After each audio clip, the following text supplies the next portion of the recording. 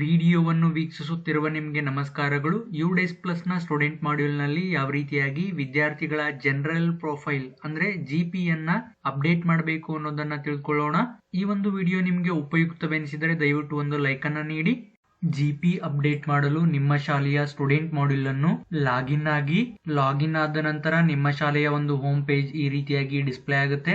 ಇದರಲ್ಲಿ ನಿಮ್ಮ ಶಾಲೆಯ ವಿದ್ಯಾರ್ಥಿಗಳ ಜಿಪಿ ಯನ್ನ ಅಪ್ಡೇಟ್ ಮಾಡಲು ಈ ಒಂದು ಸ್ಕೂಲ್ ಡ್ಯಾಶ್ ಬೋರ್ಡ್ ನಲ್ಲಿರುವಂತಹ ವ್ಯೂ ಸೆಕ್ಷನ್ ವೈಸ್ ಬಟನ್ ಮೇಲೆ ಕ್ಲಿಕ್ ಮಾಡಿ. ಅವಾಗ ನಿಮ್ಗೆ ಈ ಒಂದು ಡ್ಯಾಶ್ ಬೋರ್ಡ್ ಈ ರೀತಿಯಾಗಿ ನೋಡ್ಲಿಕ್ಕೆ ಸಿಗುತ್ತೆ. ಇದರಲ್ಲಿ ಆ ಒಂದು ಇಂಡಿವಿಜುವಲ್ ತರಗತಿ ಮುಂದಿರುವಂತಹ ಆಕ್ಷನ್ ಕಾಲಮ್ ನಲ್ಲಿರುವ ವ್ಯೂ ಆರ್ ಮ್ಯಾನೇಜ್ ಬಟನ್ ಮೇಲೆ ನೀವು ಕ್ಲಿಕ್ ಮಾಡಿದಾಗ ಆ ತರಗತಿಯ ವಿದ್ಯಾರ್ಥಿಗಳ ಪಟ್ಟಿ ಡಿಸ್ಪ್ಲೇ ಆಗುತ್ತೆ.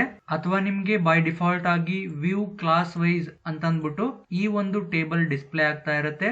ಆ ಒಂದು ತರಗತಿಯ ಮೇಲೆ ನೀವು ಕ್ಲಿಕ್ ಮಾಡಿದಾಗ ನಿಮ್ಗೆ ಈ ರೀತಿಯಾಗಿ ಆ ತರಗತಿಯ ಒಂದು ಸೆಕ್ಷನ್ ವೈಸ್ ಇನ್ಫಾರ್ಮೇಶನ್ ಡಿಸ್ಪ್ಲೇ ಆಗುತ್ತೆ. ಅದರಲ್ಲಿ ನಿಮ್ಗೆ ವ್ಯೂ ಆರ್ ಮ್ಯಾನೇಜ್ ಬಟನ್ ಇರುತ್ತೆ. ಆ ಒಂದು ವ್ಯೂ ಆರ್ ಮ್ಯಾನೇಜ್ ಬಟನ್ ಮೇಲೆ ಕ್ಲಿಕ್ ಮಾಡ್ಕೊಳ್ಬಹುದು.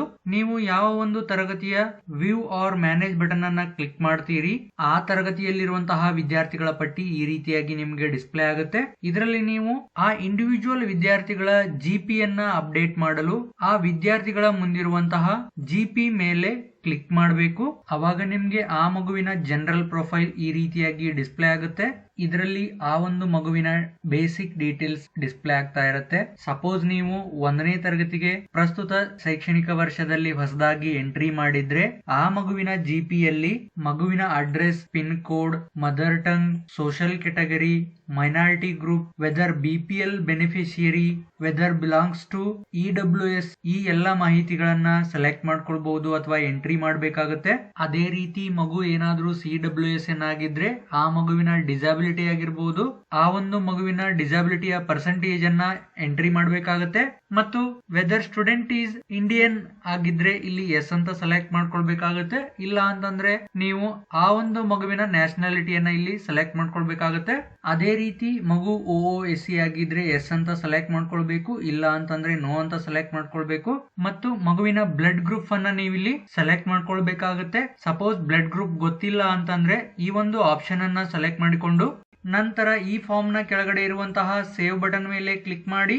ಅವಾಗ ನಿಮ್ಗೆ ಜನರಲ್ ಡಾಟಾ ಅಪ್ಡೇಟೆಡ್ ಸಕ್ಸಸ್ಫುಲಿ ಅನ್ನೋ ಒಂದು ಪಾಪ್ ಮೆಸೇಜ್ ಬರುತ್ತೆ. ಈ ರೀತಿಯಾಗಿ ನಿಮ್ಗೆ ಮೆಸೇಜ್ ಬಂತು ಅಂತಂದ್ರೆ ನೀವು ಆ ಒಂದು ವಿದ್ಯಾರ್ಥಿಯ ಜನರಲ್ ಪ್ರೊಫೈಲ್ ಅನ್ನ ಸೇವ್ ಮಾಡಿದಿರಿ ಅಂತ ಅರ್ಥ. ನಂತರ ಇಲ್ಲಿರುವಂತಹ ಬ್ಯಾಕ್ ಬಟನ್ ಮೇಲೆ ಕ್ಲಿಕ್ ಮಾಡಿ. ಮತ್ತೆ ನೀವು ಆ ಒಂದು ತರಗತಿಯ ವಿದ್ಯಾರ್ಥಿಗಳ ಪಟ್ಟಿಯ ಒಂದು ಟೇಬಲ್ಗೆ ಬರ್ತೀರಾ.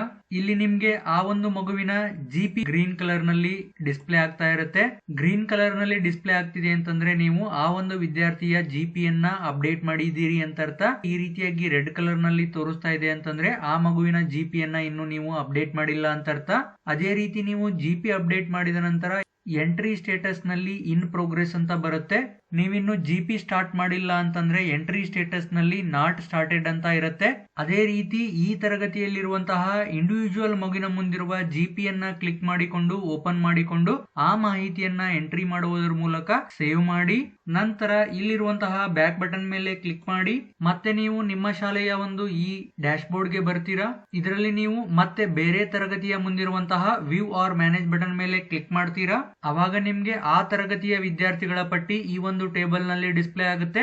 ಅದೇ ರೀತಿ ಆ ಮಗುವಿನ ಮುಂದಿರುವಂತಹ ಜಿಪಿ ಬಟನ್ ಮೇಲೆ ಕ್ಲಿಕ್ ಮಾಡ್ತೀರಿ. ಅವಾಗ ನಿಮ್ಗೆ ಆ ಮಗುವಿನ ಜನರಲ್ ಪ್ರೊಫೈಲ್ ಡಿಸ್ಪ್ಲೇ ಆಗುತ್ತೆ. ಇದರಲ್ಲಿ ಆ ಮಗುವಿನ ಬೇಸಿಕ್ ಡೀಟೇಲ್ಸ್ ಡಿಸ್ಪ್ಲೇ ಆಗ್ತಾ ಇರುತ್ತೆ. ಸೊ ಆ ಮಗುವಿನ ಜೆಂಡರ್ ಆಗಿರ್ಬಹುದು, ಡೇಟ್ ಆಫ್ ಬರ್ತ್ ಆಗಿರ್ಬಹುದು, ಮದರ್ ನೇಮ್ ಅಥವಾ ಫಾದರ್ ನೇಮ್ ಏನಾದ್ರೂ ತಪ್ಪುಗಳಾಗಿದ್ರೆ ಆ ಮಾಹಿತಿಯನ್ನ ಅಪ್ಡೇಟ್ ಮಾಡಲು ಇಲ್ಲಿರುವಂತಹ do you want to change demographic details ನಲ್ಲಿರುವ ಈ ಒಂದು ಚೆಕ್ ಬಾಕ್ಸ್ ಅನ್ನ ಟಿಕ್ ಮಾಡಿ. ಅವಾಗ ನಿಮ್ಗೆ ಆ ಮಾಹಿತಿಗಳನ್ನ ಎಂಟ್ರಿ ಮಾಡಿಕೊಳ್ಳಲು ಅಥವಾ ಅಪ್ಡೇಟ್ ಮಾಡಲು ನಿಮ್ಗೆ ಹೈಲೈಟ್ ಆಗುತ್ತೆ. ಸರಿಯಾದಂತಹ ಮಾಹಿತಿಯನ್ನ ಅಪ್ಡೇಟ್ ಮಾಡ್ಕೊಳ್ಬಹುದು. ಈ ಮಗುವಿನ ಆಧಾರ್ ಕಾರ್ಡ್ ಅನ್ನ ಅಪ್ಡೇಟ್ ಮಾಡ್ಕೊಂಡಿಲ್ಲ ಅಂತಂದ್ರೆ do you want to change Aadhaar details in SDMS ನಲ್ಲಿರುವಂತಹ ಈ ಒಂದು ಚೆಕ್ ಬಾಕ್ಸ್ ಅನ್ನ ಟಿಕ್ ಮಾಡಿ. ಅವಾಗ ನಿಮ್ಗೆ ಈ ರೀತಿಯಾದಂತಹ ಒಂದು ಕನ್ಸೆಂಟ್ ಫಾರ್ಮ್ ಡಿಸ್ಪ್ಲೇ ಆಗುತ್ತೆ. ಇಲ್ಲಿರುವಂತಹ ಅಗ್ರಿ ಬಟನ್ ಮೇಲೆ ಕ್ಲಿಕ್ ಮಾಡಿ. ನಂತರ ನಿಮ್ಗೆ ಆ ಒಂದು ಮಗುವಿನ ಆಧಾರ್ ನಂಬರ್ ಮತ್ತು ಆಧಾರದಲ್ಲಿರುವಂತಹ ನೇಮ್ ಅನ್ನ ಎಂಟ್ರಿ ಮಾಡ್ಲಿಕ್ಕೆ ಕೇಳುತ್ತೆ. ಆ ಮಾಹಿತಿಯನ್ನ ಎಂಟ್ರಿ ಮಾಡ್ಕೊಳ್ಬಹುದು. ಅದೇ ರೀತಿ ಇಲ್ಲಿ address, pin code, mobile number ಮತ್ತು social category, minority group, CWSN ಈ ಮಾಹಿತಿಗಳನ್ನ ನೀವು ಮೊದಲೇ ಅಪ್ಡೇಟ್ ಮಾಡ್ಕೊಂಡಿರ್ತೀರಾ. ಇದರಲ್ಲಿ ಏನಾದ್ರೂ ತಪ್ಪುಗಳಿದ್ರೆ ಆ ಮಾಹಿತಿಗಳನ್ನ ಅಪ್ಡೇಟ್ ಮಾಡ್ಕೊಳ್ಳಿ.